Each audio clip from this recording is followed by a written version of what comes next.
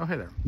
Do you guys know the story of Barabbas? I'm going to go ahead and tell you real quick. So when they took Jesus to be crucified, there was a certain event that would happen from time to time in Roman culture, and they would take two criminals and they'd be like, we're going to set one of these guys free. Your choice, which one do you want? Okay. And so they took Jesus and they were like, we can set Jesus free. And this is Pontius Pilate trying to be like, it's not my fault. And he's like, look, I don't want to crucify him. We can set Jesus free. He's done nothing wrong. You're saying he's the king of the Jews. He heals people and he is the Son of God. Or Barabbas, and he's a murderer and he's a thief and he is a troublemaker. Which one do you guys want? The choice should be obvious, right? The choice should be, we want Jesus to be free and crucify Barabbas. However, they said, crucify Jesus, crucify him, crucify him, crucify him. And when they said, who do you want to be set free? They said, Barabbas, Barabbas, Barabbas. Now, this is because the church leaders, okay, paid the crowd to say Barabbas. They gave them money to say crucify Jesus.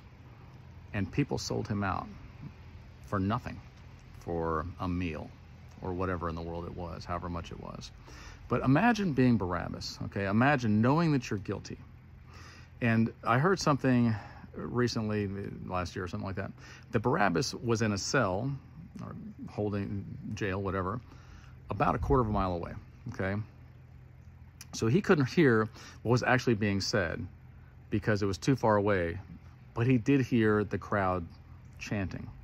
And so what he heard was crucify him, crucify him, crucify him, and then Barabbas, Barabbas, Barabbas. So he must have thought, clearly, Jesus is the choice of the one that's going to go free. And they want me to be crucified. And the crowd is chanting for me to be crucified, for my name, for me. And then once that's settled, they went to his cell and unlocked it. And he must have thought, and now I'm going to go and I'm going to die. Now I'm going to go and I'm going to be crucified. What must it have been like to have them open the cell and say, you're free to go? Jesus is paying the price for you. Jesus, the innocent one, the Lamb of God, the Son of God. He's going to be crucified so that you can be set free.